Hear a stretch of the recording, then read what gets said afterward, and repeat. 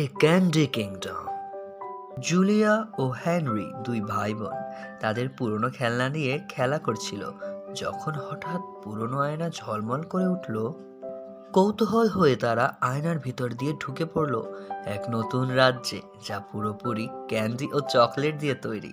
Henry লোভ সামলাতে না পেরে রাজ্যের মূল ফটকের একটি চকলেট কামড়ে দিল, আর ঠিক সঙ্গে সঙ্গে রাজ্যের চকলেটগুলো গলতে শুরু করলো এবং রাজ্যের রং ফ্যাকাশে হয়ে গেল। তখন জুলিয়া বলল, হেনরি, নিশ্চয়ই কিছু ভুল করেছো।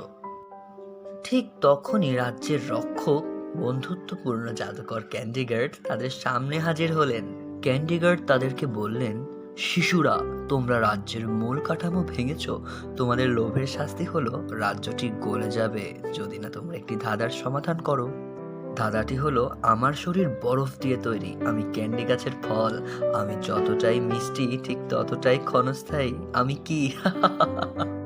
জুলিয়া বলল, তুমি আইসক্রিম, কারণ আইসক্রিম ক্ষণস্থায়ী।